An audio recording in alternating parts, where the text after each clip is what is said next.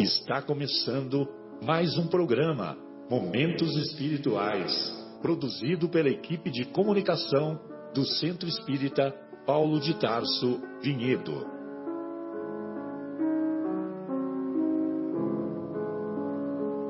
Se guardas contigo o estigma do sofrimento, indagando pela solução dos velhos problemas do ser e da dor, se percebes a nuvem que prenuncia a tormenta e o vórtice traiçoeiro das ondas em que navegas, vem conosco, estudemos a rota de nossa multimilenar romagem no tempo, para sentirmos o calor da flama de nosso próprio espírito, a palpitar, imorredouro na eternidade, e acendendo o lume da esperança, perseveremos juntos em exaltação de alegria que Deus, o Pai de infinita bondade, nos traçou a divina destinação para além das estrelas.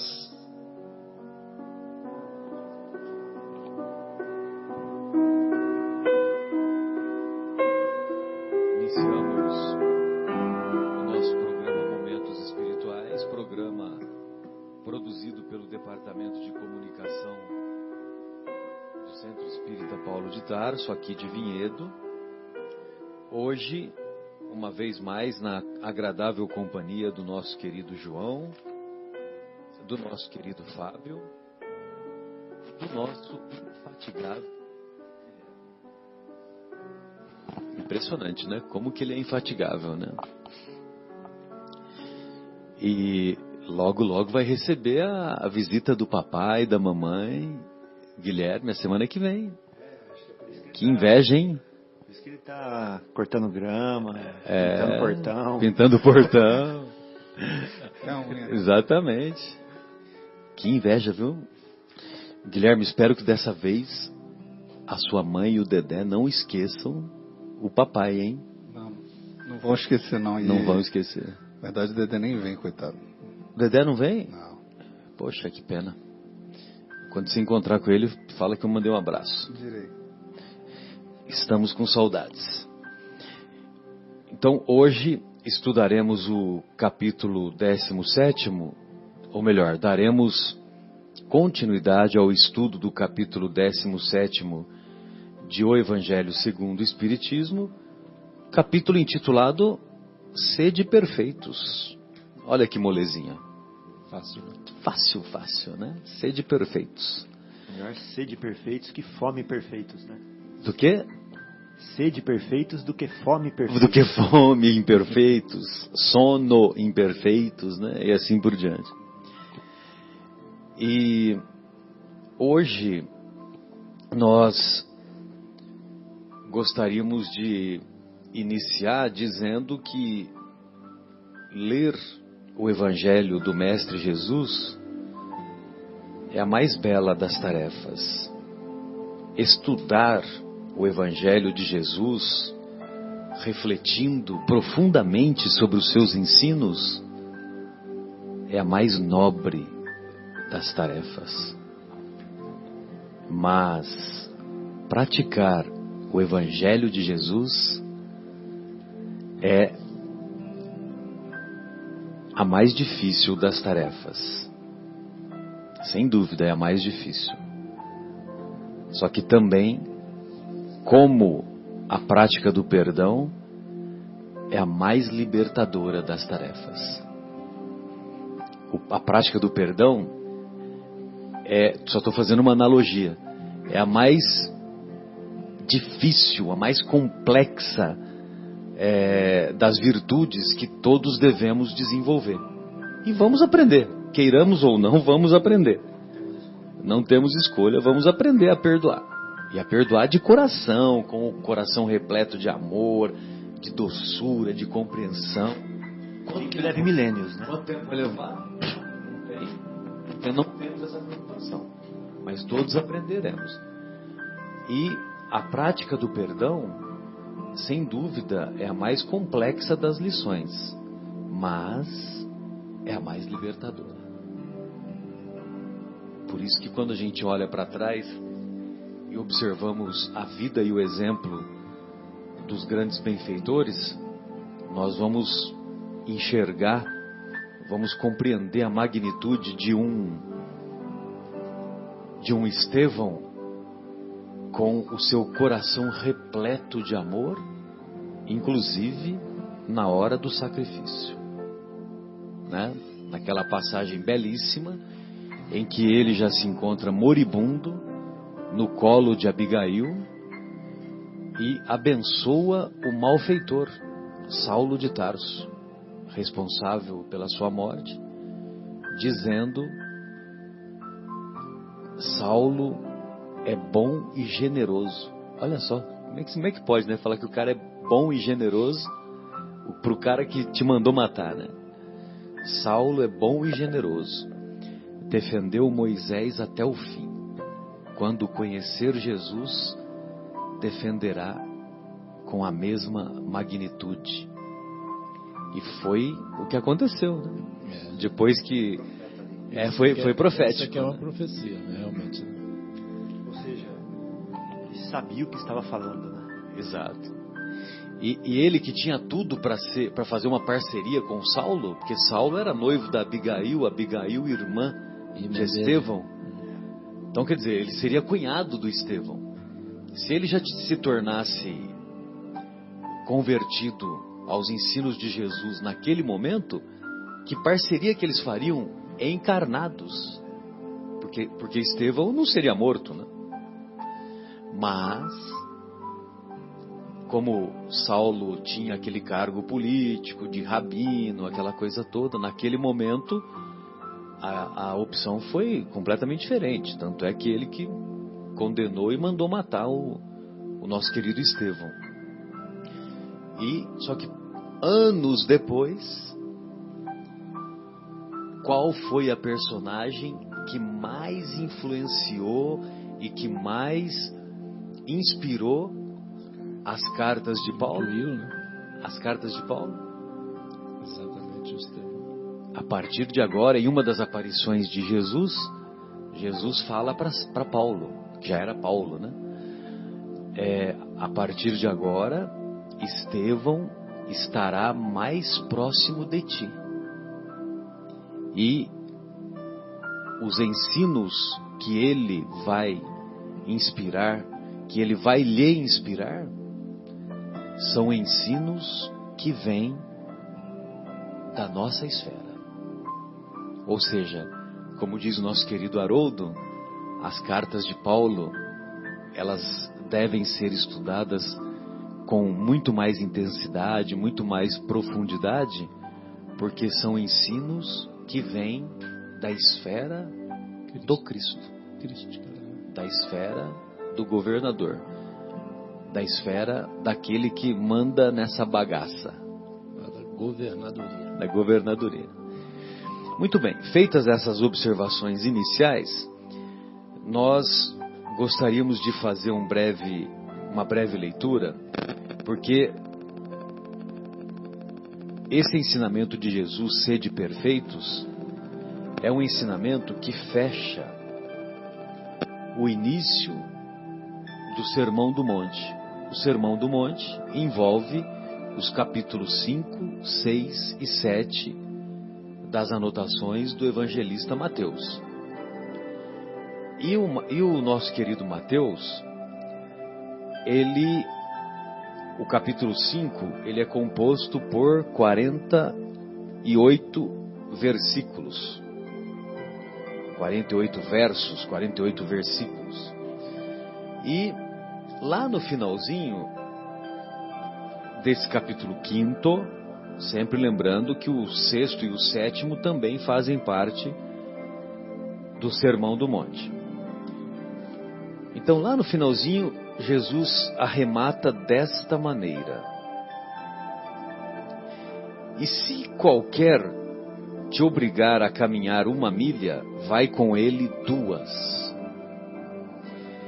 Dá a quem te pedir, e não te desvies daquele que quiser que lhe emprestes. Ouvistes o que foi dito: amarás o teu próximo e odiarás o teu inimigo. Eu, porém, vos digo, amai os vossos inimigos, bendizei os que vos maldizem e orai pelos que vos maltratam e vos perseguem, para que sejais filhos do vosso Pai que está nos céus. Porque faz que o seu sol se levante sobre bons e maus, e a chuva desça sobre justos e injustos. É uma poesia. Pois se amardes os que vos amam, que galardão tereis? Não fazem os publicanos também o mesmo? E se saudardes apenas os vossos irmãos, que fazeis demais? Não fazem os publicanos também assim? Sede vós perfeitos, como perfeito é o vosso Pai que está nos céus. Sensacional, né? Sensacional. Ele terminar essa primeira etapa do Sermão do Monte desta maneira. E o Haroldo, ele comentou uma vez, eu acho que é bem provável que esse Sermão do Monte, ele repetiu algumas vezes. Ele não falou só uma vez, entendeu? Porque por mais capacitado que seja o Mateus, né, na hora lá para anotar e tudo mais, inclusive na obra Boa Nova, tem um determinado momento que o como é que se chama o autor espiritual? Me fugiu agora. Humberto de Campos. Humberto de Campos escreve que após Jesus haver dito o Sermão do Monte, o evangelista Mateus havia anotado tudo. Certamente ele deve ter anotado, mas para que o ensino fosse, vamos dizer assim, fosse solidificado, certamente ele deve ter falado outras tantas vezes, né? Outras tantas vezes faz sentido, né? Porque ele pegava o barco numa margem do Rio Jordão e pregava lá para os nossos irmãos, por exemplo, de Cafarnaum. Aí ele ficava lá uma semana, 10 dias, 15 dias. Aí depois ele pegava o barco e ia por outro lado da margem do Rio Jordão, numa outra cidadezinha, também ficava lá uma semana, 10 dias, 15 dias. Aí depois ia para lá, ia para cá, né? Então, quer dizer, certamente que esse Sermão do Monte, pelo menos, foi dito algumas vezes, né? Não só uma vez. E é muito emocionante a maneira como ele termina, nos ensinando a amar os inimigos, porque quando você ama o inimigo, aí sim você está próximo da perfeição, né? Quando o seu coração está repleto de perdão, está repleto dessa capacidade de amar quem odeia você, quem te persegue, quem te calunia, aí sim podemos dizer que você está próximo da perfeição. Evidentemente que na escala evolutiva, a escala evolutiva em que nos encontramos é uma escala ainda em que nós nos caracterizamos pelo acúmulo de imperfeições. Poucas virtudes e muitas imperfeições. Mas quando nós estivermos numa situação mais favorável, nós haveremos de inverter. Haveremos de inverter essa posição. Teremos mais virtudes e menos imperfeições. Aí chegará um dia que nós amaremos o mendigo da rua com a mesma intensidade, com a mesma capacidade, intensidade, que amamos os nossos pais, os nossos familiares, os nossos filhos. Então, quando amarmos o mendigo da rua com essa mesma capacidade, com essa mesma intensidade, não mais precisaremos reencarnar. Não mais precisaremos reencarnar. Então, nós seremos espíritos que podemos classificar na categoria de espíritos puros. Só que quando chegamos lá na categoria de espíritos puros, a categoria de espíritos puros, ela também tem uma escala evolutiva. Então, quando chegarmos nessa fase, nós não vamos lá para as cabeças de imediato, né? Primeiro nós vamos ocupar o lugar de estagiário de espírito puro, aí depois uma etapa, né, aprendiz, uma outra etapa, até termos uma posição mais consolidada. Tanto é que tem um determinado momento que o Chico Xavier fala isso. Ele fala que, com todo respeito ao nosso Senhor Jesus Cristo, teve uma reunião, quando ele se referia a tal da reunião, né, dos espíritos do planeta Terra, do sistema solar. Então, nesse momento é que o governador do nosso planeta, Jesus, intercede pedindo a tal moratória de 50 anos, quando o homem chega à Lua. E nessa reunião, por mais elevado que seja o mestre, também participaram da assembleia espíritos do mesmo nível do mestre e mesmo até superiores a ele. Você vê que interessante? Lógico que todos sabemos que os nossos irmãos de outras denominações religiosas classificam Jesus como Deus. É muito comum nós observarmos isso, esse conceito entre algumas manifestações da cristandade. Não que nós sejamos mais do que os outros, né? Mas na visão espírita, Deus é a inteligência suprema. Jesus é um espírito de altíssima hierarquia, mas não é Deus. Tanto é que a oração do Pai Nosso, ele se refere ao Pai Nosso, né? Pai Nosso que estais nos céus. Se ele fosse Deus, ele falava, ele se referia à própria pessoa, né? Na primeira pessoa, inclusive. Né? Ou então quando o Pelé, né, se refere ao quando ele se refere ao Edson, né? O Pelé, quando ele, Edson, fala, não, o Pelé é assim, o Pelé é acolá, né? Tem algumas pessoas que atingem tal magnitude que começam a se referir a si próprios na terceira pessoa. Como uma personagem. Exato. E aí, então, o que eu quero dizer, Fábio, Guilherme, João, amigos, o que eu quero dizer é que Jesus se encontra numa posição tão elevada, que eu não acho errado que pensem que ele é Deus, entendeu? Porque a distância é muito grande que nós estamos de Jesus. Então, para os nossos irmãos que pensam que Jesus é Deus, eu confesso que, não que eu acho correto, mas eu compreendo, né? Melhor dizendo, eu compreendo a classificação desses nossos irmãos entenderem Jesus como sendo Deus. Porque a nossa distância é incomensurável, não é do planeta Terra à Lua, é mais do que do planeta Terra ao Sol. Dentro dessa escala essa escala de progresso, vamos dizer assim, do estágio que nós estamos. O negócio está muito interessante esse seu raciocínio. Eu confesso que eu não tinha pensado, mas concordo contigo que dentro dessa escala, né, na família de progresso nosso aí, de redução das dificuldades, das imperfeições, para aumentar as virtudes, né?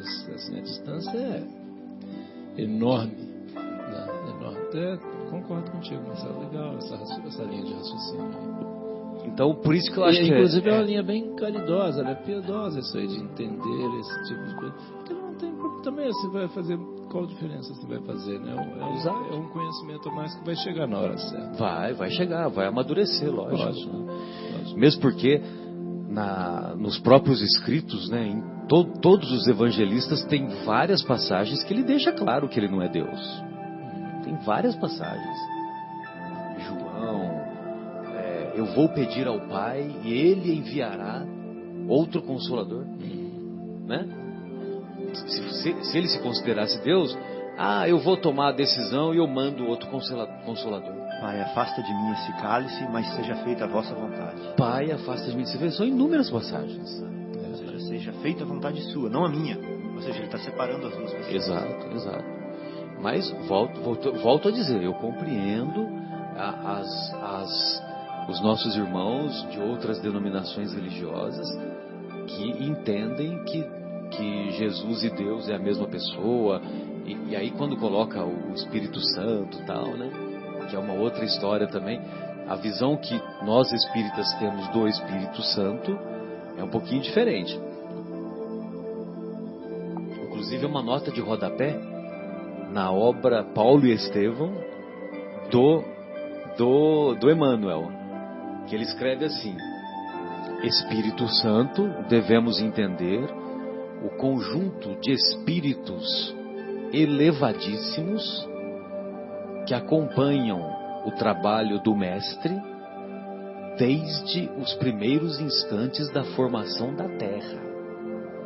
Então, o Espírito Santo é isso que eles entendem. É o conjunto de espíritos, de benfeitores espirituais. Exatamente. Que também, quer dizer, a nossa distância para eles já é imensa, né? E eles estão no mesmo patamar que Jesus, né? Então, daí você tem uma ideia. Eu só ia finalizar por causa dessa história, né? Porque o capítulo 5º do Evangelho de Mateus, ele é muito emocionante por causa desse término, desse encerramento, que ele nos convida a amar os inimigos, e antes era para odiar os inimigos, né? Os ensinos antes era para amar só quem gosta. Eu só amo quem gosta de mim. E até tinha uma confusão entre próximo e irmão, né? Ou seja, próximo era quem era da raça. Exato. Próximo era quem era da raça, né? Não era para amar só o próximo. Exatamente. E aí então, e é interessante esse ensinamento, porque a partir do momento que você coloca em prática o amor aos inimigos, então aí ele desfecha: sede perfeitos, como perfeito é vosso Pai Celestial. Ou seja, a chuva cai sobre bons e maus, e o sol ilumina justos e injustos. Sensacional, né? É muito poético, é uma coisa muito linda. Agora, eu te interrompi, você ia fazer só ia fazer um adendo do que você está falando. Fica à vontade.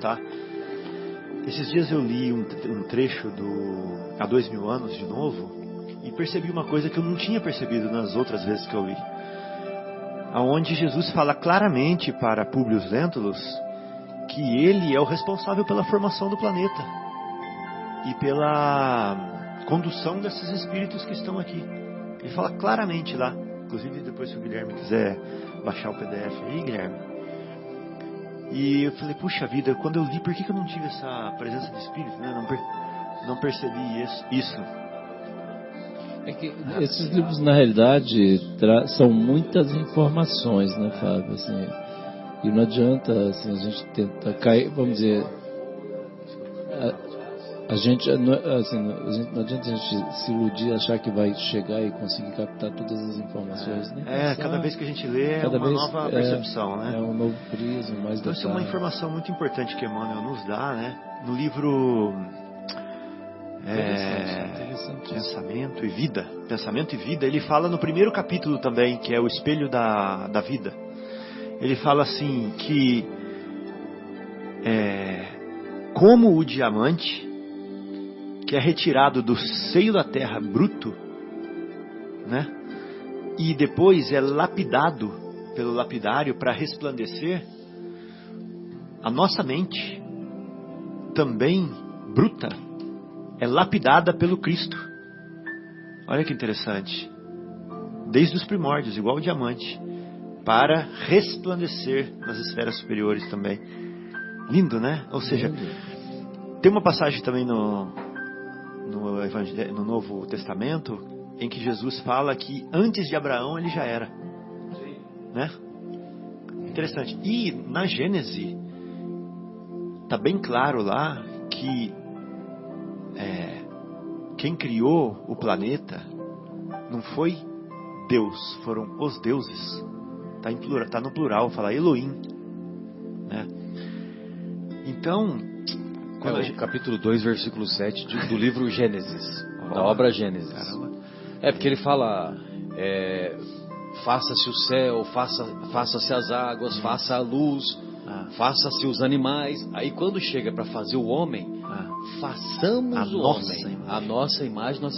Então quer dizer, façamos é um conjunto de espíritos de altíssima hierarquia que participou da elaboração, da construção daquilo que seria o corpo humano.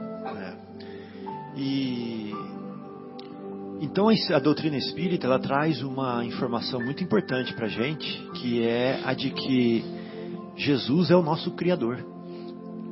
E esse conceito você vê como que tem a universalidade dos ensinos dos espíritos, né? Então veja, você está citando várias passagens e na obra tanto de Kardec quanto de Chico depois, então vários benfeitores espirituais vão confirmando através de outras passagens. Então Jesus é o nosso Criador. Agora, o que significa essa palavra Criador? A gente devia ter duas palavras, né?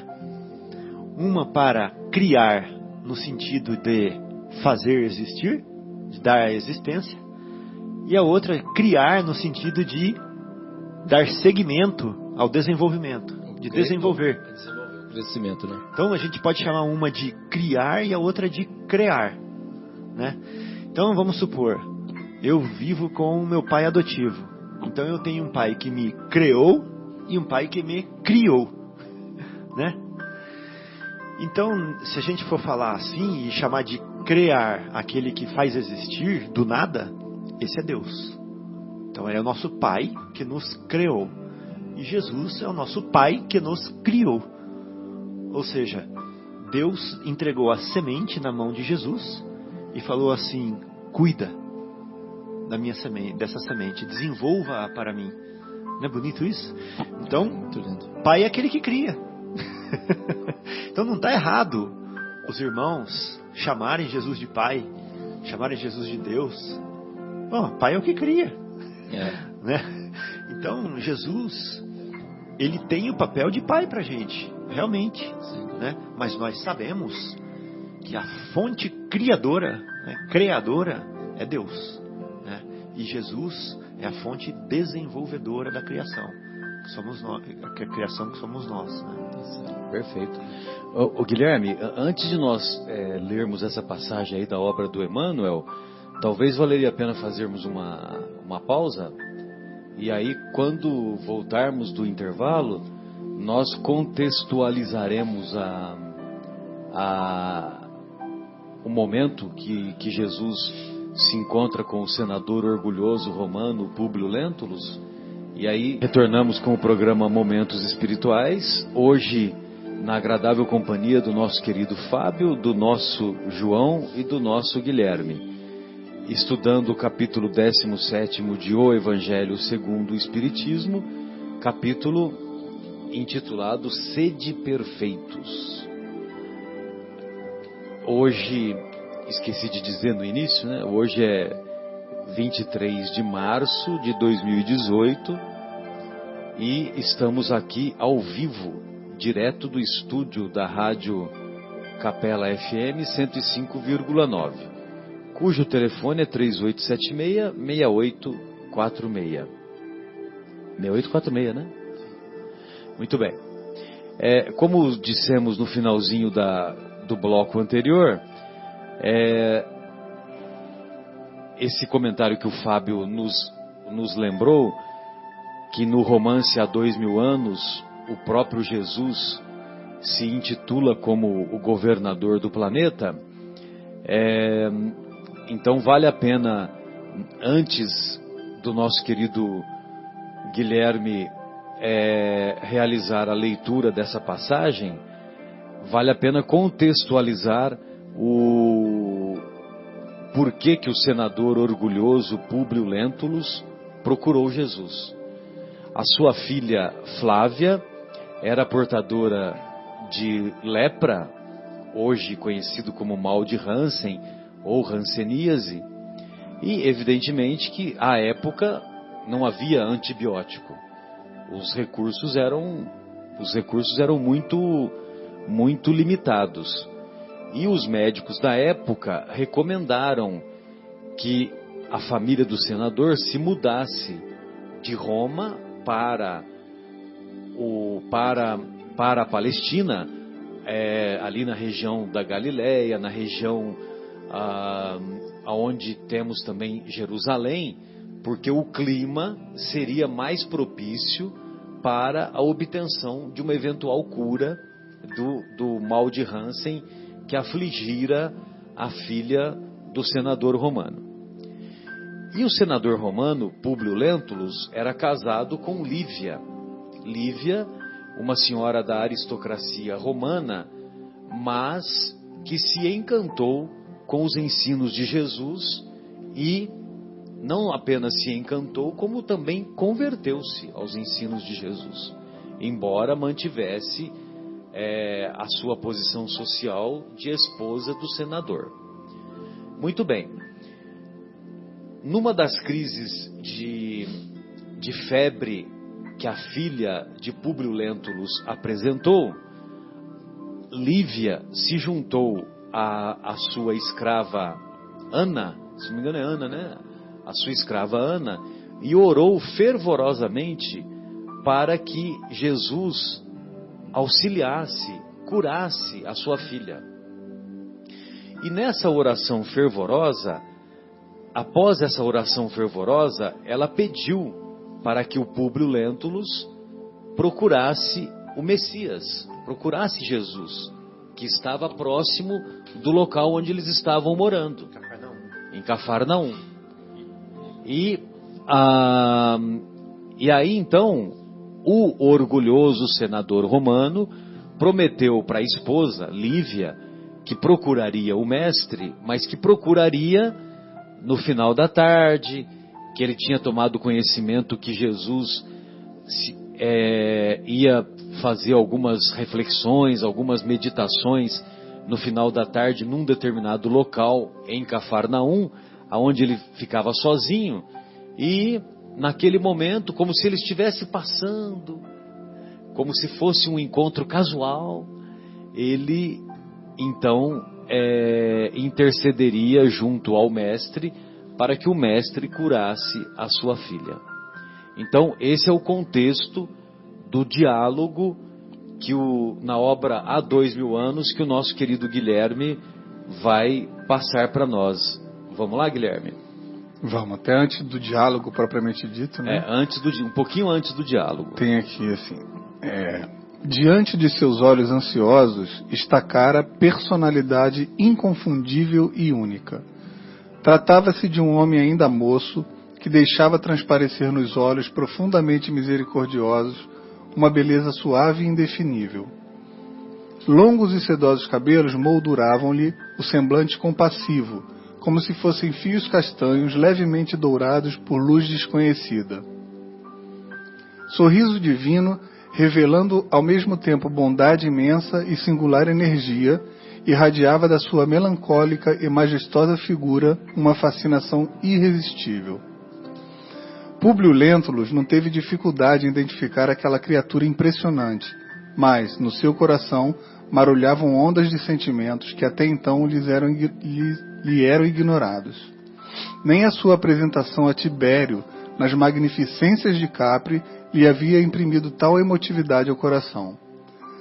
Lágrimas ardentes rolaram-lhe dos olhos, que raras vezes haviam chorado, e força misteriosa e invencível fê-lo ajoelhar-se na relva lavada em luar. Só uma paradinha aí, Guilherme. Então, a gente tem que pensar que o senador romano, ele era a figura abaixo do imperador somente. Não tinha nada entre ele e o imperador, né? Uhum. E ele tinha poderes de executivo, de judiciário e de legislativo. Então, como ele estava na Galileia nesse momento, ninguém na Galileia, nem Pôncio Pilatos, nem Herodes, nem ninguém tinha mais autoridade do que ele. E ele, quando viu o mestre, ele sentiu uma coerção, né, uma força, uma emoção tão grande, maior do que quando ele encontrou, foi apresentado para Tibério. E o que o senador romano orgulhoso fez? Ajoelhou-se. Né? Chorou, né? E chorou-se chorando. Então é uma coisa assim, os últimos serão os primeiros e os primeiros serão os últimos. Nessa hora, o primeiro da terra se ajoelhou na frente do primeiro do céu. Se colocou como último, né? Se colocou como último. Então, continuando, desejou falar, mas tinha o peito sufocado e opresso. Foi quando então, num gesto de doce e soberana bondade, o meigo nazareno caminhou para ele, qual visão concretizada de um dos deuses de suas antigas crenças, e, pousando carinhosamente a destra em sua fronte, exclamou em linguagem encantadora, que Públio Lentulus entendeu perfeitamente, como se ouvisse o idioma patrício, dando-lhe a inesquecível impressão de que a palavra era do espírito para espírito, de coração para coração. Porque Jesus falava aramaico ali, né, na redondeza do Tiberíades, né? E o Públio Lentulus falava romano, né? Falava o latim e o grego. E o grego, né? Exatamente. Então, quer dizer, como que eles iam se entender? Essa é até uma indagação que o Públio Lentulus faz antes dessa passagem. Mas não houve dificuldade, porque foi de espírito para espírito, né? Nossa. Senador, por que me procuras? E espraiando o olhar profundo na paisagem como se desejasse que a sua voz fosse ouvida por todos os homens do planeta, rematou com serena nobreza. Fora melhor que me procurasses publicamente na hora mais clara do dia, para que pudesses adquirir de uma só vez e para toda a vida a lição sublime da fé e da humildade. Mas eu não vim ao mundo para derrogar as leis supremas da natureza, e venho ao encontro do teu coração desfalecido. Públio Lentulus nada pôde exprimir, além de suas lágrimas copiosas, pensando amargamente na filhinha. Mas o profeta, como se prescindisse das suas palavras articuladas, continuou. Sim, não venho buscar o homem de estado, superficial e orgulhoso, que só os séculos de sofrimento podem encaminhar ao regaço de meu pai.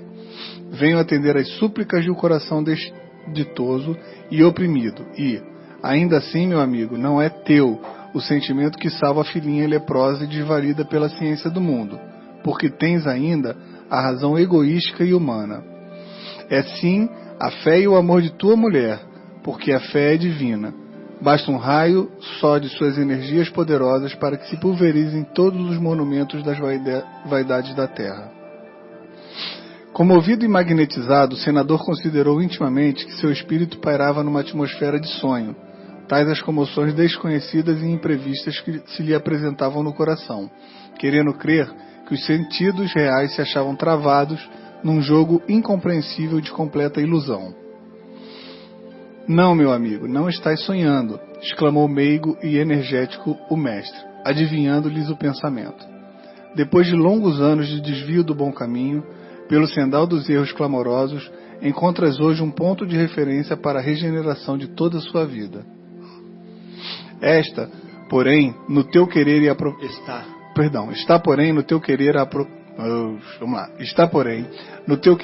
o aproveitá-lo agora ou daqui a alguns milênios. Se o desdobramento da vida humana está subordinado às circunstâncias, és obrigado a considerar que elas existem de toda a natureza, cumprindo às criaturas a obrigação de exercitar o poder da vontade e do sentimento, buscando aproximar seus destinos das correntes do bem e do amor aos semelhantes. Soa para teu espírito neste momento um minuto glorioso, se conseguires utilizar sua liberdade para que seja ele em teu coração doravante um cântico de amor, de humildade e de fé, na hora indeterminável da redenção, dentro da eternidade. Mas ninguém poderá agir contra a tua própria consciência, se quiseres desprezar indefinidamente este minuto ditoso. Pastor das almas humanas, desde a formação deste planeta, há muitos milênios, venho procurando reunir as ovelhas tresmalhadas, tentando trazer-lhe ao coração as alegrias eternas do reinado de Deus e de sua justiça. Guilherme, essa é a frase. Pastor, como é?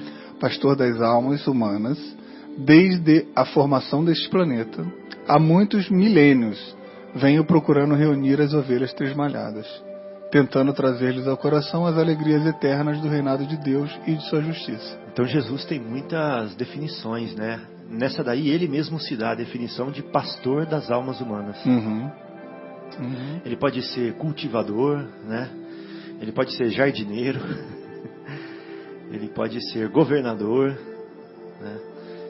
E por aí adiante. O que significa que Deus lhe deu as sementes e ele está cultivando. E o legal é que depois desse diálogo estabelece-se a cura da filha Flávia. E o senador chega em casa e é surpreendido com a filha curada, alegre, risonha, recuperada. Só que o seu coração orgulhoso não admitiu naquele primeiro momento que teria sido obra da ação magnética do mestre. Mas a história dessa obra, a história relatada nessa obra há 2000 anos, é uma história muito envolvente e vai culminar com uma transformação do senador, já nessa existência. Depois de muito sofrimento. Exatamente. E aí depois, o antigo senador Públio Lentulus, que é a personalidade de Emmanuel, o espírito Emmanuel, o guia espiritual que acompanhou toda a trajetória do nosso querido Chico Xavier, ele conta através de uma outra obra, intitulada 50 anos depois, quando ele reencarna, e ele reencarna como o escravo Nestório, e vai conviver com um espírito de altíssima hierarquia, chamado Célia, que é a personagem principal dessa obra 50 anos depois.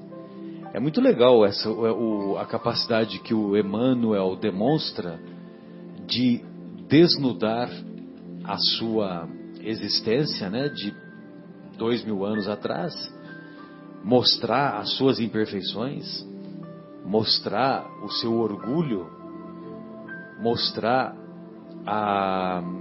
o equívoco em que o conjunto de equívocos, melhor dizendo, em que ele se encontrava.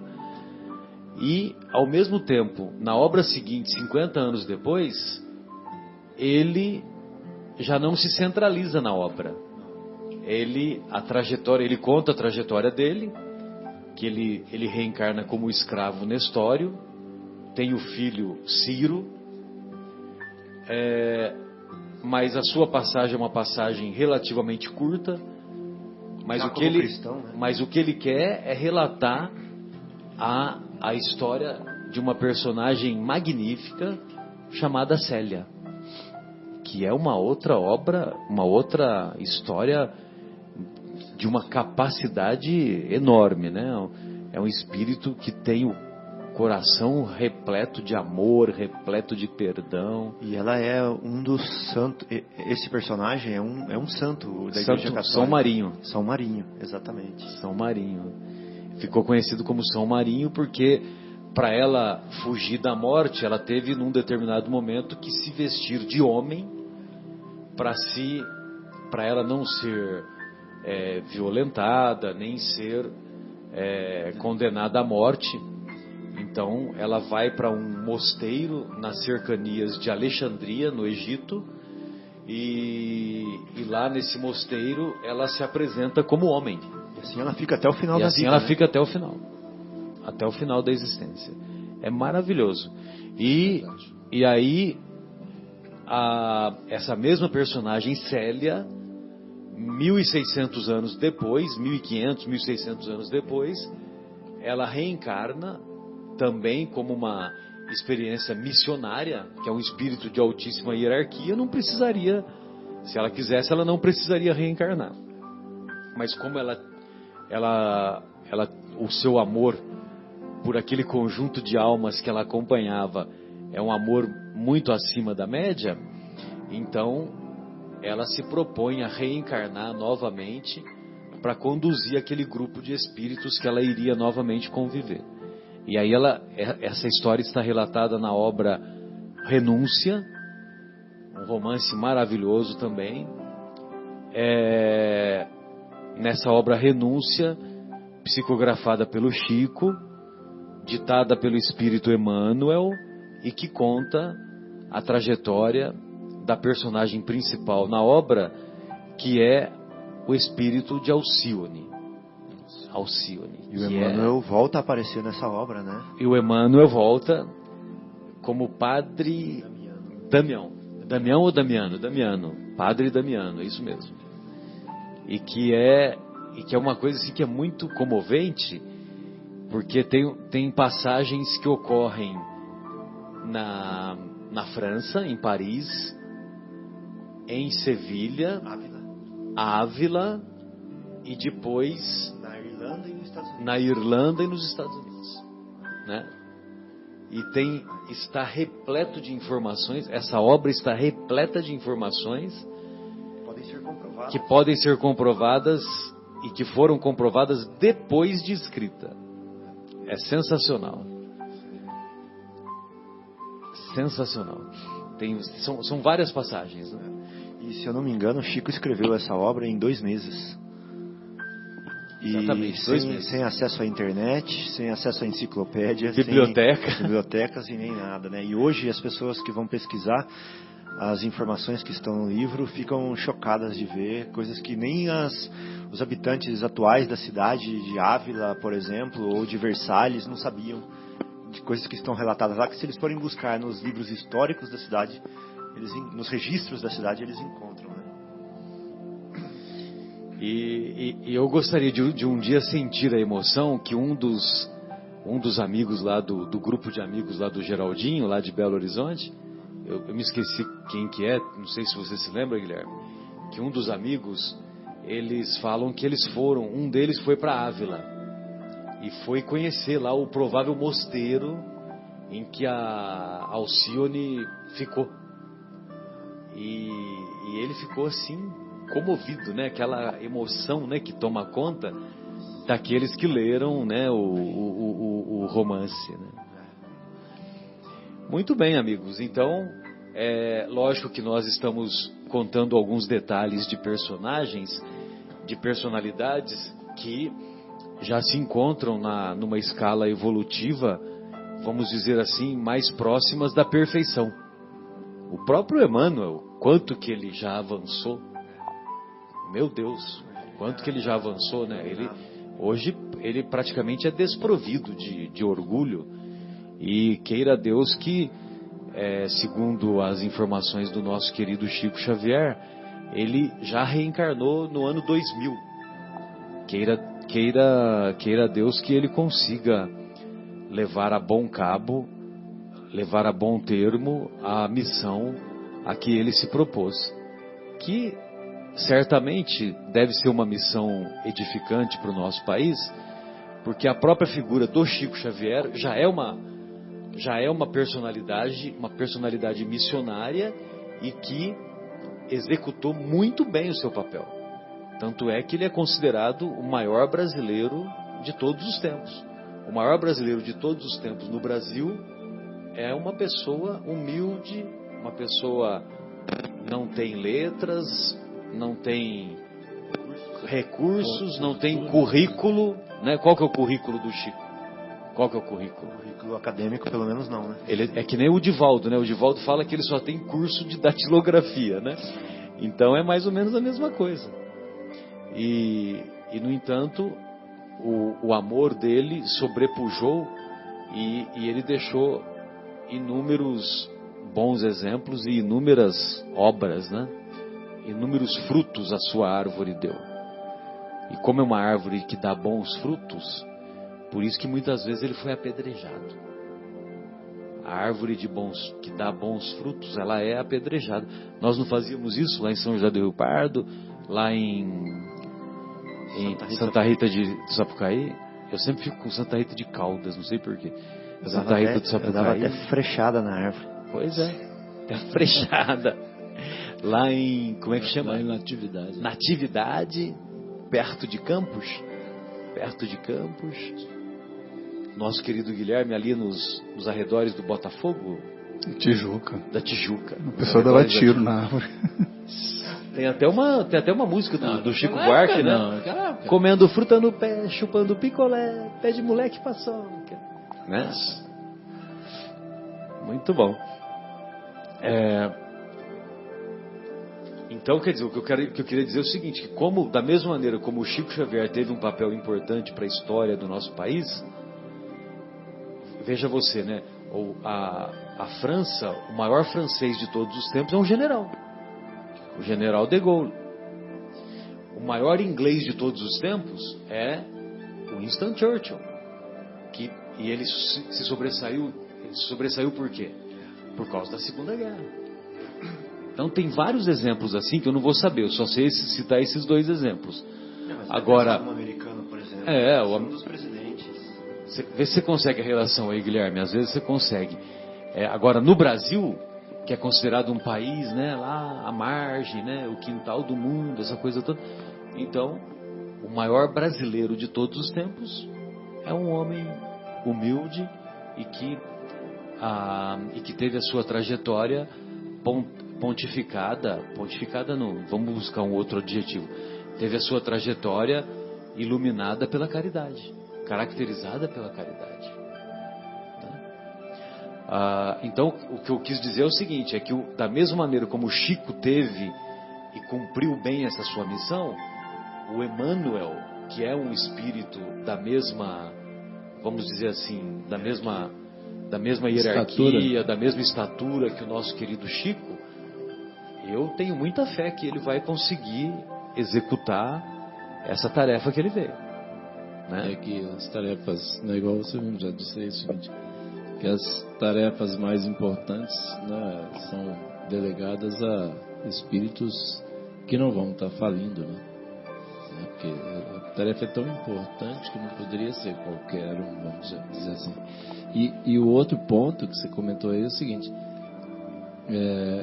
que assim, o quanto ele foi atacado exatamente por trazer essas ideias, né, muitas inovações, vamos dizer assim, né, muitas revisões de conceito, né, coisas contra o status quo, as situações estabelecidas na sociedade, né, quantos apedrejamentos, né, Aborto,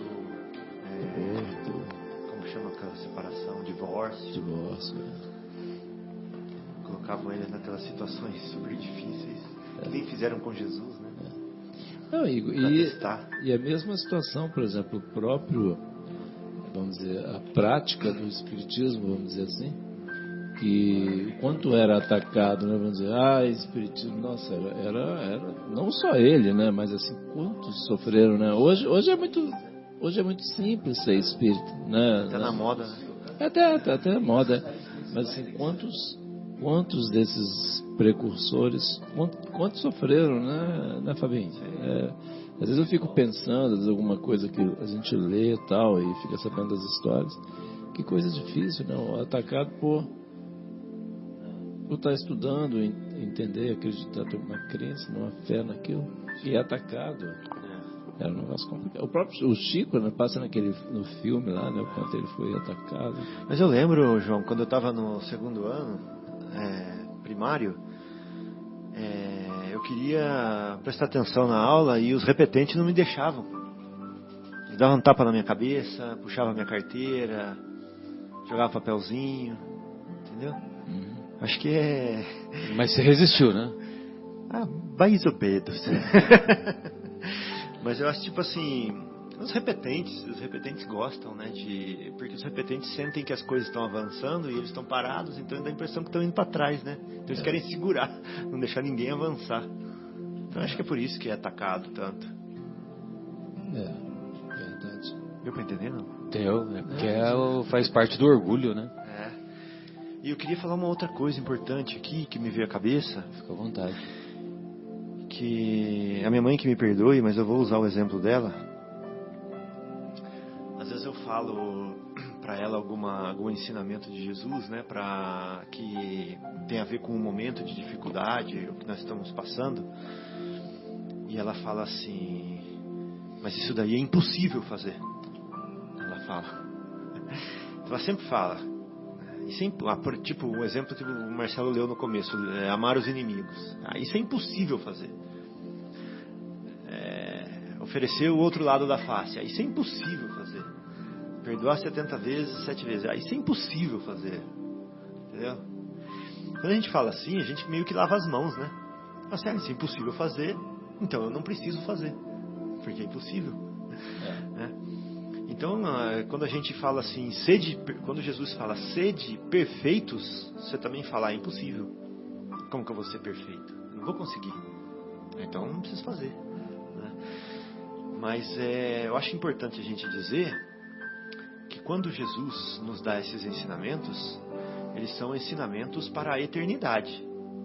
Né? Os ensinamentos dele servem no universo infinito e no tempo infinito. Então significa que o que ele está falando, que o que ele está ensinando é o farol, é para onde a gente vai. Eu não consigo estar lá no farol agora, eu não consigo ser perfeito agora, mas ser perfeito é a direção que eu tenho que caminhar. Né? Amar o inimigo eu não consigo agora, mas é a direção que eu tenho que caminhar. Perdoar 70 vezes, 7 vezes eu não consigo agora, mas é o meu farol, é para lá que eu vou. Né? Então Jesus, ele é a verdade, ele é a vida, ele está lá no final. É para esse lado que nós vamos caminhar. E eu acho bonito que o Haroldo fala, que ele fala assim: nós ainda somos admiradores do Cristo, mas eu anseio pelo dia que eu venha a ser seguidor do Cristo. É lindo isso, né? É lindo. É lindo. E então, muito verdadeiro também. Então a gente fica admirando o farol lá também, mas fica parado. Né? A gente tem que realmente seguir o modelo, seguir o exemplo. Senão, nós não podemos nos chamar de cristãos.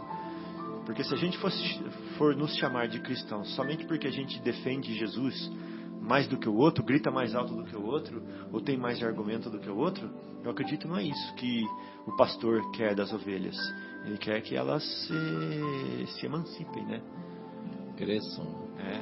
Que elas sejam autossuficientes. E o nosso querido Rossandro, nessa mesma linha que você colocou do Haroldo, ele faz um outro comentário que é muito profundo e também nesse mesmo sentido, que é o seguinte: nós aderimos aos ensinos de Jesus, mas nós não nos convertemos. Nós achamos bonitos os ensinos, nós achamos edificantes, concordamos, mas nós ficamos parados, nós não nos modificamos. Nós não empregamos esforços para executar a transformação moral e que vai caracterizar aquilo que fala esse capítulo, que é o que caracteriza os bons espíritas. Reconhece-se o verdadeiro espírita pelos esforços que faz em domar as suas más inclinações e pela sua transformação moral, que vai lhe provocar, que vai lhe garantir uma fé inabalável. Então, nós aderimos, mas nós não nos convertemos. Nós achamos bonito, mas nós não fazemos a mudança de 180 graus que o nosso querido Saulo de Tarso fez. E outros tantos fizeram, Santo Agostinho, enfim, né? São várias pessoas, né? A Dona Maria, o seu Antônio, o seu José, que a gente, quantos anônimos, né, que nós não ficamos sabendo, que se transformaram. Quantas pessoas que, eu sempre gosto de citar isso, né, Fábio e amigos, que eu fiquei impressionado uma época que eu frequentei os Alcoólicos Anônimos lá em São José do Rio Pardo, e eu frequentei para poder entender o meu tio. Fala a verdade, Marcelo. Eu adoro, falar a verdade. Imagina, eu estava com 18, 19 anos. Aí o meu tio já tinha essa dependência alcoólica, né? E esse tio, meu tio Chico, eu sempre tive uma ligação afetiva muito intensa com ele, né? E eu fiquei muito triste quando ele começou a piorar, né? Do quadro de dependência alcoólica, teve que ser internado. Imagine, né? Você teve delirium tremens, aquele quadro mais profundo, né? Avançado. Aquele quadro mais avançado, tal. E aí então eu fui lá na reunião dos Alcoólicos Anônimos para ver, né? E eu fiquei agradavelmente surpreso de encontrar pessoas que antes eu via formiga na boca dele, literalmente, João. Pessoas que acordavam na sarjeta, perto de onde eu morava, o cara saía de manhã de casa para ir para a escola, e o cara estava caído na sarjeta com formiga saindo pela boca. Tristeza, né? Entendeu? E o cara se transformou. O cara se modificou completamente. Nunca mais foi atrás de álcool. Esse exemplo que eu estou dando, ele era um ótimo pedreiro. Todo mundo gostava do serviço dele. Então pegava, faz serviço. E ele fazia muito bem feito. Só que ele se deixava levar, né? Quem sou eu para falar? Não tinha forças morais para resistir e começava a tomar e tomava uma atrás da outra. Aí uma mão generosa foi estendida para ele, ele foi lá para os Alcoólicos Anônimos, começou a frequentar e mudou a trajetória. É um trabalho maravilhoso. Maravilhoso. É impressionante mesmo. Não eu conheço também alguns não casos. tem estatística que é do mesmo nível. O tratamento que os Alcoólicos Anônimos proporcionam é 50% de êxito. Nossa. Não tem nenhum tratamento que é igual a esse. Entendeu? Que maravilha, né? Que é a psicoterapia de grupo, né? Então você vai lá e, aliás, a história é muito bonita, né? Porque quem criou a sociedade, né? Os Alcoólicos Anônimos, foi uma dupla lá dos Estados Unidos, não me lembro exatamente. E eles perceberam que quando eles começavam a conversar sobre a bebida, essa dupla percebeu que passava vontade de beber. Entendeu? Aí eles começaram... Eles próprios eram dependentes. Eles eram dependentes. Aí eles começaram a chamar outras pessoas e as coisas foram caminhando. Eles criaram os 12 passos, né? Os 12 passos dos Alcoólicos Anônimos são 12 passos que tem... Seria até interessante a gente trazer algum dia, se você conseguir encontrar. São ensinamentos que tem muito a ver com o Evangelho de Jesus. Eles nem sabem isso. Que coisa, né? Que maravilha. Quer dizer, quando eles bolaram, certamente foram inspirados, entendeu? E quantas vidas... Se você tiver aí fácil, a gente já lê já, porque não é tão comprido. E os 12 passos, eles foram inicialmente preparados para os Alcoólicos Anônimos, mas também eles são utilizados para diversas variedades de vícios, de dependência, né? Os narcóticos anônimos, etc. Então, 1. Admitimos que éramos impotentes perante o álcool. 2. Viemos a acreditar que um poder superior a nós mesmos poderia devolver-nos a sanidade. 3. Decidimos entregar nossa vontade e nossa vida aos cuidados de Deus. 4. Fizemos minucioso e destemido inventário moral de nós mesmos. 5. Admitimos perante Deus, perante nós mesmos e perante os outros humanos a natureza exata de nossas falhas. 6. Prontificamos-nos inteiramente a deixar que Deus removesse todos esses defeitos de caráter. 7. Humildemente rogamos a Ele, Deus, que nos livrasse de nossas imperfeições. 8. Fizemos uma relação de todas as pessoas que tínhamos prejudicado e nos dispusemos a reparar os danos. 9. Fizemos reparações diretas dos danos causados a tais pessoas sempre que possível, salvo quando fazê-lo significasse prejudicá-las ou a outrem. 10. Continuamos fazendo o inventário pessoal e quando estávamos errados nós admitimos prontamente. 11. Procuramos, através de prece e meditação, melhorar nosso contato consciente com Deus, na forma em que o concebíamos. 12. Tendo experimentado um despertar espiritual graças a esses passos, procuramos transmitir essa mensagem aos alcoólicos e praticar esses princípios em todas as atividades da nossa vida. Todas as atividades da nossa vida. Evangelho de Jesus resumido nos 12 passos. Zaqueu, o que o Zaqueu fez? Não doou metade da sua fortuna e restituiu a quarta parte para 4 vezes mais aqueles que se sentiam prejudicados. Então, são vários exemplos. Ele ia lendo, eu ia pensando, né? Associando, né? E se a gente parar para pensar, né, Marcelo, amigos, o Fabinho, Guilherme e ouvintes, assim, cada uma dessas pessoas, né, que é uma vida, uma família, né? Quer dizer, olha o alcance disso, é uma coisa, é muito impressionante, Eu conheço alguns casos também, assim, de que realmente é uma transformação. Ou absolutamente outra pessoa, isso que você falou aí do pedreiro lá que você comentou. Também conheço pessoas assim que passaram por essa situação. E assim, é absolutamente uma outra pessoa. Olha aqui, é o resgate de uma vida, né? Olha a importância disso, cara, né? É um espírito que estava ali a se meter em confusões e arrumar, vamos dizer, dívidas para estar pagando mais para frente, porque nada fica impune, né? Nada fica de graça, né? Ele ia ter que passar um sufoco danado para resgatar isso perante a vida, perante todas as pessoas. Igual falou um negócio muito interessante, né? Quer dizer, recompensar, né? Como é que ele falou, Guilherme? Recompensar as falhas, quem ele tinha prejudicado. Você vai reparar. Reparar. Que coisa legal, né, cara? Assim, é uma coisa. E realmente o conceito, esse é o conceito muito. O Espiritismo faz isso, porque assim, não adianta a gente simplesmente se arrepender do mal que fez. A gente tem que compensar aquele mal que a gente fez. Reparar, né? Se a gente, vamos dizer, se a gente prejudicou a sociedade, se a gente roubou, se a gente deturpou, se a gente desviou, tudo isso aí, né, de qualquer coisa, a gente vai ter que repor.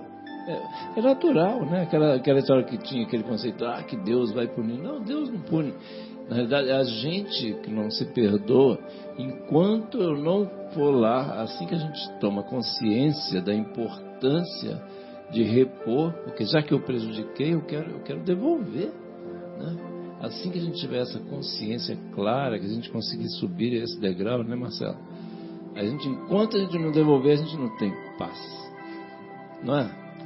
E aí, não botava a culpa em Deus, né? É Deus que está punindo. Que Deus punindo nada, é a gente que não se perdoa. Fabinho, não perda o seu raciocínio, não perda. Não perca o seu raciocínio. Nós vamos fazer mais uma pausa e aí em seguida retornaremos. Pode seguir? Pode. Fábio Júnior, a música Elo da Corrente. Retornamos com o programa Momentos Espirituais, hoje discutindo sobre o tema do capítulo 17, Sede Perfeitos, como perfeito é vosso Pai Celestial. Nós encontramos aqui na obra Vivendo o Evangelho, do Espírito psicografado pelo médium Antônio Badu e Filho, um médium que foi muito amigo do nosso querido Chico e que encontra-se encarnado ainda, né? E ditado pelo Espírito André Luiz, o mesmo André Luiz da série Nosso Lar. Então, nós vamos encontrar um comentário sobre os bons espíritas na mensagem intitulada Gratidão a Kardec.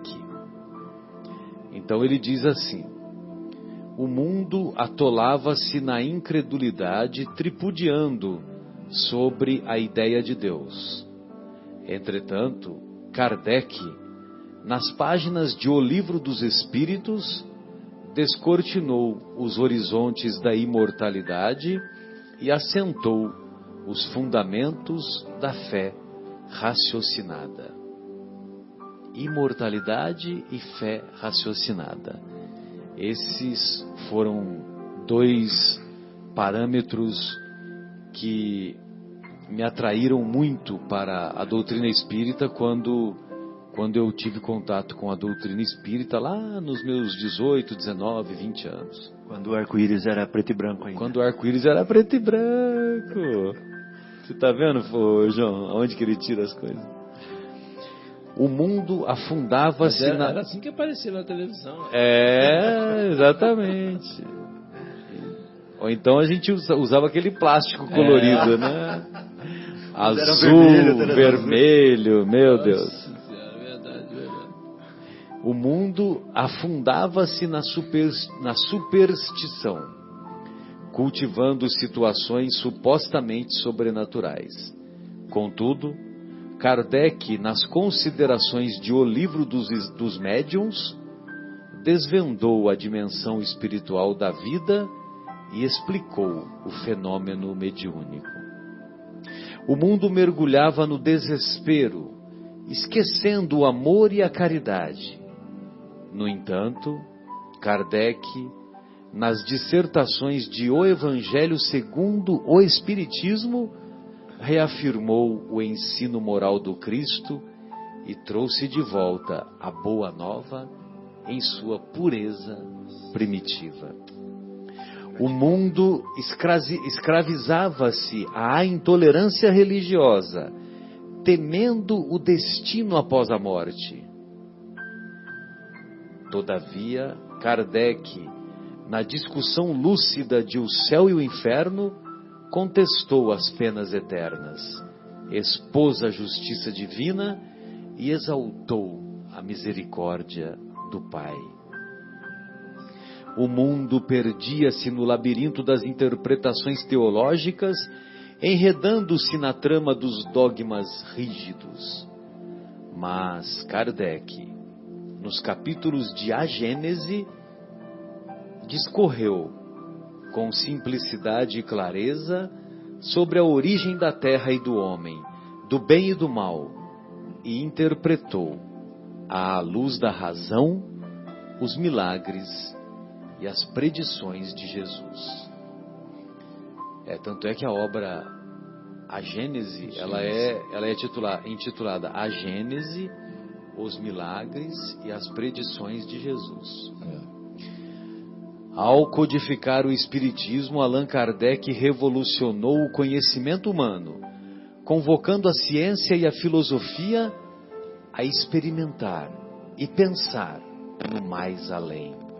Além com letra maiúscula. Enderecemos, pois, ao valoroso missionário de Lyon nossa mais profunda gratidão pelo bem que semeou em nosso caminho, abrindo-nos o coração para a fé inabalável na vida futura e dando-nos a certeza de que o sofrimento de hoje é o prenúncio de felicidade no amanhã. Olha só, abrindo-nos o coração para a fé inabalável na vida futura e dando-nos a certeza de que o sofrimento de hoje é o prenúncio de felicidade no amanhã. Bem, então, queridos, o que eu acho que vale a pena nós nos recordarmos é que ele escolheu esse item 4 do capítulo 17. Esse item 4 do capítulo 17, nós vamos encontrar lá em O Evangelho segundo o Espiritismo, intitulado como Os Bons Espíritas. E ninguém foi melhor do que Kardec como espírita, né? Não é isso que falou aí na lição, até eu e o Fabinho estávamos aqui ouvindo. Realmente, assim, na hora que a gente para pensar, né, o que a gente deve a Kardec, olha que trabalho, nossa, hercúleo, né? Quer dizer, olha que coisa enorme o trabalho que foi feito de recolher tudo naquela época, que hoje... Capacidade de síntese dele. Capacidade de síntese. E assim, hoje a gente tem internet, tem não sei o que. Pô, naquela época não tinha nada disso, eram cartas e noites e noites e noites, assim, viradas em cima disso aí. Quanto trabalho, né, gente? Tinha energia elétrica já? Imagina ele à noite. Já tinha energia elétrica? Em 1850? Mas, 1855, 1860? mas enfim. O nosso querido Guilherme está pesquisando aqui. Vou procurar. Vamos procurar. Mas enfim, mas de qualquer forma, na realidade, assim, hoje você estava falando de Jesus, né? A gente, um dia a gente vai ser cristão, né? Assim, um dia a gente vai seguir Jesus, você falou, né, Fábio? E assim, hoje a gente lê os livros que Kardec preparou, mas ele teve todo esse trabalho de montar tudo isso aí e partindo do zero, assim, olha que dedicação desse espírito, meu Deus, e assim, que rompeu com toda e olha que dificuldade, quanta luta contra, né, quanta gente contra o trabalho dele, mas é aquilo que a gente estava falando, que vocês, né, comentaram outro dia, que esses trabalhos mais importantes não pode vir, né, qualquer pessoa que não esteja preparado, porque senão o espírito pode falhar. E essa missão do espiritismo não poderia ter falha. Por isso que teve que ver. E é muito importante mesmo, né, Fabiana? É muito grandiosa. Né, Marcelo? Desculpa aí te interromper, mas eu tenho dois comentários para fazer que são interessantes, por causa que ele coloca, né, todos esses comentários que o André Luiz faz. Ele falava assim, ó, o mundo atolava-se na incredulidade, o mundo afundava-se na superstição, o mundo mergulhava no desespero, né? Então, o mundo atolava-se na incredulidade. Se nós nos recordarmos, é a época que o materialismo foi atingindo o seu auge. Exatamente. Né? É a época por exemplo, a evolução de Darwin, a obra Evolução, Origem das Espécies, 1880 alguma coisa, entendeu? Foi depois de Kardec. A obra O Capital do Karl Marx, que depois deu origem aí a uma série de conhecimentos e de filósofos pessimistas, infelizmente pessimistas, de teorias pessimistas, com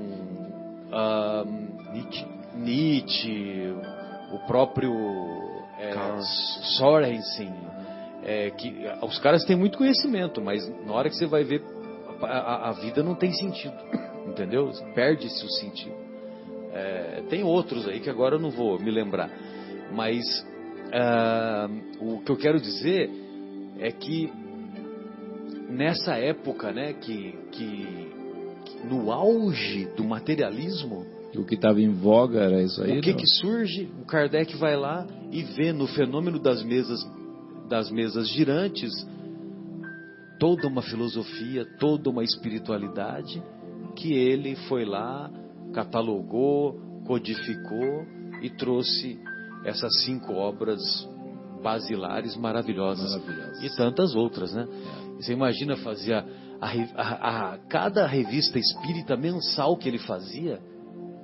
Cada revista espírita mensal era de 30 a 40 páginas, ele fazia praticamente sozinho. Entendeu? E vai ver o cabedal de conhecimentos que você encontra na própria revista espírita. Não tinha. A eletricidade... Não, começou em 1900 e pouquinho, bem pouquinho. Nessa época não tinha ainda. O que dá mais crédito ainda é o esforço de Kardec. Mais crédito ainda, sem não dúvida. Tinha computador, não tinha nada, né? E outra coisa, por exemplo, que é muito legal, é que, por exemplo, a obra O Evangelho segundo o Espiritismo é uma obra que os benfeitores espirituais, eles já trazem os ensinos de Jesus já com a interpretação pronta. Exatamente. Entendeu? Os conceitos já são mastigados. Você sabe por que você deve amar o seu inimigo, você sabe por que você deve perdoar. Se você não perdoa, é problema seu. Se eu não perdoo, o problema é meu. Né? Mas a partir do momento que nós temos esse conhecimento, nós também temos responsabilidade. E ajuda até na tradução da própria linguagem, porque 2000 anos se passam, então vem Kardec, ele coloca com palavras mais modernas, né? Porque imagina daqui a 2000 anos alguém lendo também até o próprio Evangelho segundo o Espiritismo, daqui a 2000 anos é capaz de ter uma dificuldade de entender, né? Sem dúvida, sem dúvida. Bem lembrado, porque a linguagem ela é dinâmica, né? A língua viva, né? Isso requer uma pesquisa muito grande para entender o que tal palavra significava naquela época, né? E não agora. Isso que poderia mudar o sentido. O Haroldo faz isso aí, né? É muito interessante as palestras. O Haroldo e o Severino, exatamente. Vou dar um exemplo. Fluido cósmico universal, né? Hoje, cósmico e universal tem o mesmo sentido. É a mesma coisa. Mas a época de Kardec... Na época não era. Na França, cósmico queria dizer belo, harmônico, ordenado. Beleza, isso. Entendeu? Então é um fluido harmônico universal, porque ele não é um fluido desarmônico. E hoje perde o sentido, então a gente tem que resgatar, né? Tem que explicar para poder entender. Bem lembrado, Fábio, e também vale a pena, por exemplo, o conceito de energia na época de Kardec não existia. Por isso que ele usou o termo fluido. Se ele já tivesse tido conhecimento do conceito de energia, provavelmente ele iria usar energia cósmica, universal, energia vital, energia. Ele não ia usar o fluido. É mais crédito ainda para ele. É muito impressionante, né? Quer dizer, essa intuição, lógico, né? Os espíritos estavam junto a ele, mas olha a importância de ter um espírito encarnado, no caso ele, para poder ter abertura, entendimento, né? Visão para enxergar isso aí, para poder traduzir e colocar e persistir até o final, né? Porque imagina quantas dificuldades ele teve. Nossa, meu Deus do céu. Então, por exemplo, quando você vai fazer uma palestra para os americanos e você cita o nome fluido, é uma tragédia, né? Porque na hora de traduzir, fluido é aquilo que ocupa o espaço, entendeu? Então, você vai fazer, o que você vai falar? Você vai falar de uma coisa que é em si mesma, ela já tem o significado, você está entendendo? Vamos dizer assim, é a mesma coisa que você está falando água líquida. Entendi. Gelo sólido. Você entendeu? Gelo frio, alguma coisa assim. Então, quer dizer, quando você usa o termo fluido lá para os nossos irmãos americanos, os ingleses, na hora de traduzir, eles não dão valor, né? Então, por isso que acaba perdendo o sentido. Agora, se você vai lá e traz o conceito de energia e tal, aí já muda de figura, né? Só que você só consegue explicar isso depois para eles, né? Na hora do bate-papo, tal, né? Que você vai conversar, que você vai expor, aí você consegue explicar. Mas lá na palestra, se usou o termo fluido, tá na roça, né? Tem mais uma aqui, Marcelo. Você terminou? Vamos lá. Não, vamos lá. Essa daqui é sensacional. Fala assim, ó, simplesmente. É desse mesmo capítulo? 217, na página 61. Ah, tá, 61, tá certo. Olha só, então, João, você busca a perfeição com perseverança, né? Né? Bom espírito. Exatamente. Um dia.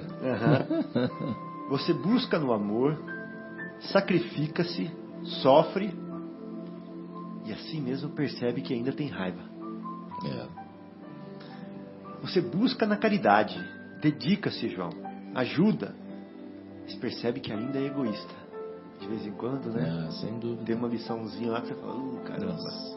Isso ainda nem comecei. Busca na concórdia, fala, argumenta, mas percebe que ainda se irrita. Sem dúvida. Busca na paz, conversa, harmoniza e percebe que ainda é agressivo. Esse sou eu. Sem dúvida. Busca na humildade, só você não. suporta, silencia e percebe que ainda é orgulhoso. Busca no perdão, esse é o Marcelo. Esquece contorna e percebe que ainda se vinga. Daqui a pouco ele vai fazer uma piadinha de mim, vocês vão ver. Falou tudo mesmo, pode ficar tranquilo. Busca na solidariedade, ampara, serve e percebe que ainda compete. Busca na paciência, seu Guilherme, compreende, aguarda e percebe que ainda é agitado. Ninguém é perfeito, Guilherme, mas cada um tem o compromisso de tentar o esforço na prática do bem. É simplesmente isso que Jesus espera de você. O esforço. Exato. Lindo, né? Tentar o esforço. Lembra da história do farol que está lá? É. Segue pro farol, não fica aqui parado.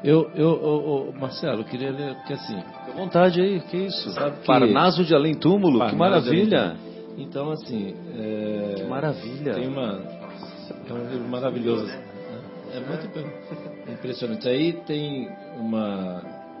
Eu não tinha lido algumas poesias, assim, agora tem visto. Esse aqui é uma poesia do Rodrigues de Abreu, um poeta nascido em Capivari, em São Paulo. Nossa, aqui do lado. 17 de setembro de 1899 e desencarnado tuberculoso em Campos do Jordão aos 24 de novembro de 1927. Ele publicou Casa Destelhada, Noturnos e Sala dos Passos Perdidos, além de inúmeros trabalhos esparsos na imprensa do seu estado. Foi cognominado o poeta triste das rimas róseas. Então ele tem uma poesia dele aqui, tá? Um abraço para ele aí, onde ele se encontra aí no espaço. Aqui você vai ler, é ele desencarnado? Desencarnado. Ou ele espírito, certo? Espírito, Chama-se, aí inclusive tem aquela passagem do Públio Lentulus lá, né? E o título aqui é Vite, Senhor. Vite isso. O verbo ver. Eu te vi. Senhor. Vi, tracinho T. Vite,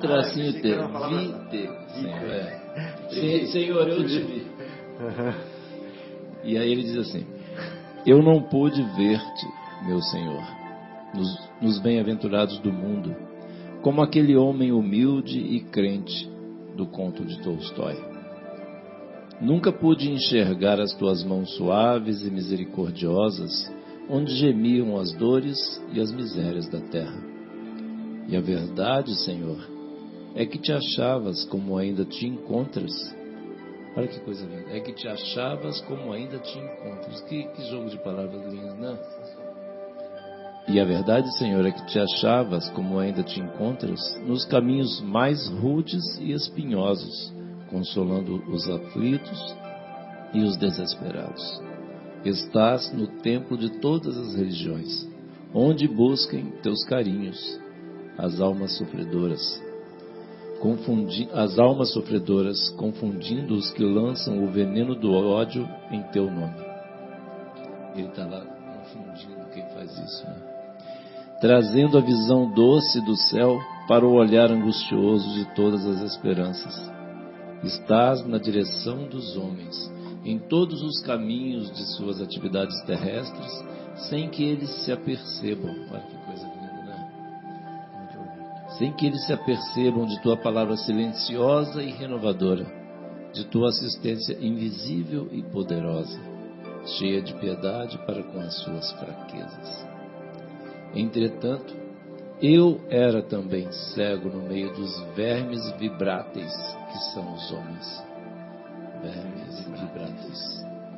E não te encontrava pelos caminhos ásperos. E ele dizendo: mocidade, alegria, sonho e amor, inquietação ambiciosa de vencer. E minha vida rolava no declive de todas as ânsias. Chamaste-me, porém, com a mansidão de tua misericórdia infinita. Não disseste o meu nome para não me ofender. Olha que coisa. Tem muita coisa aí atrás.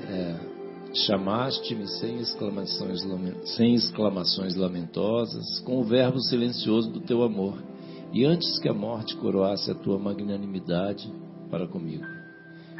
Vi que chegavas devagarinho, iluminando o santuário do meu pensamento com a tua luz de todos os séculos. Falaste-me com a tua linguagem do sermão da montanha, Multiplicaste o pão das minhas alegrias e abriste-me o céu, que a terra fechara dentro de minha alma. E entendi-te, Senhor, nas tuas maravilhas de beleza, quando te vi na paz da natureza, curando-me com a dor. Nossa. Não é lindo, cara? É isso, isso aí é falta de educação. Lindo, né?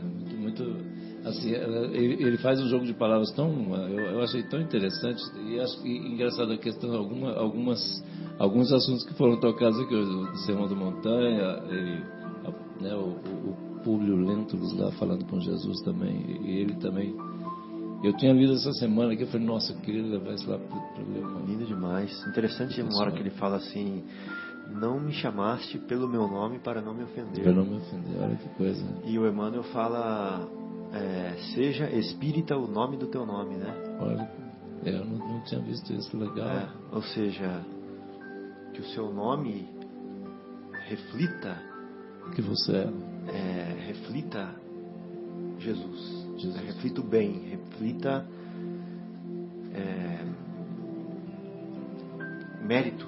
Entendi. Isso, que o teu nome reflita mérito. Então, Jesus, no caso da pessoa que não é meritória, ao contrário, ele se alegrou dela não chamar do nome dele, porque o nome dele não reflete tudo isso. Que ele diz ali claramente que ele não enxergou enquanto ele estava aqui, ele não viu. Legal. Ele só foi entender Jesus, né, do outro lado. Pórtico. Do portal, né, do outro lado do portal. Então, eu queria compartilhar com vocês aqui, com os ouvintes queridos aí também, espero que vocês tenham gostado. Sensacional. Acho que de vez em quando a gente trazer a poesia, e o Parnaso do Além Túmulo é uma obra que merece ser muito mais estudada do que nós estudamos. É verdade. Então, de vez em quando, sempre vale a pena, de vez em quando vale a pena nós trazermos uma poesia para dar uma pitadinha, né? Uma pitadinha no nosso programa aqui. Bem, amigos, então nós vamos nos despedir, a não ser que alguém queira fazer mais algum comentário. O Guilherme não tem mais nenhum comentário. Nosso querido João, nosso querido Fábio, foi uma honra o carinho e as reflexões que pudemos compartilhar hoje, e nós desejamos que os corações que nos ouvirem, que essas reflexões também sejam úteis para todos os nossos irmãos que nos ouviram, seja onde seja, e estejam onde estejam, não importa o tempo e o local. Um abraço carinhoso para o nosso querido Bruno Eustáquio e a Tayla. Um abraço carinhoso para o nosso Fauzi, para minha irmã Luciana, para minha querida Maria Fernanda, e também para minha esposa Sônia, para os meus filhos Vitor, Giovanni, e não podemos esquecer dos 25 vizinhos de cima e os 25 vizinhos de baixo, como eu cresci ouvindo minha mãe falando, que é uma homenagem que eu faço para ela, essa brincadeira. Tá certo. João, fique à vontade. Meus queridos amigos aqui presentes, os ouvintes aí, um grande abraço, foi um prazer enorme estar por aqui, ouvindo tanta coisa bonita aí, tantas mensagens, né, tanta vibração, tanto amor, e que todos possam sentir que o nosso desejo aqui era exatamente com as nossas conversas, discussões, leituras, né, levar mensagens, né, de renovação aí para que a gente, para que nos tornemos, né, homens e mulheres de bem no futuro, né? Espíritas ou não, esse é o detalhe. Sem dúvida. Um grande abraço a todos e fiquem com Deus. Não lembro onde que eu li, acho que foi no livro No Mundo Maior. Calderaro fala para André Luiz assim, que a questão para Jesus não é de favoritismo. Você falou espíritas ou não, né? Isso. Então a questão de Jesus não é de favoritismo. De jeito nenhum. Mas sim de espiritualidade, né? Então, ou seja, é isso que Ele quer da gente. Seja a ferramenta que a gente tiver, seja a escola que a gente tiver. Se nos tiver trazendo espiritualidade, estamos no caminho. Mas eu queria aproveitar a oportunidade para lembrar que semana que vem, sexta-feira, é a sexta-feira da Paixão, né? E a gente comemora a Páscoa naquele final de semana, né? Domingo é domingo de Páscoa, sábado de Aleluia. Pra gente, essa semana, fazer alguma pesquisa aí na internet, para aprender sobre o que é a Páscoa, qual o significado dela e qual a paixão de Cristo nessa sexta-feira, né? E o que aconteceu e por quê, contextualizar tudo isso. E para quem quiser uma dica, tem alguns vídeos do Haroldo Dutra Dias no YouTube que são pequenos, mas onde ele faz uma explicação muito legal sobre o que é a Páscoa. Acho que vale a pena a gente refletir e vai nos trazer para mais perto do nosso modelo, que é Jesus. O Haroldo realmente ele tem essa capacidade, ele é muito competente para esclarecer. Pesquisou muito, né? E com toda a intuição nos passa maravilha. E eu acho legal dele é que não é intelectual somente. Não. É sentimental. Ele passa com um sentimento, mesmo, com um amor, né? Que, como é que fala? Impregna ou impregna? Impregna.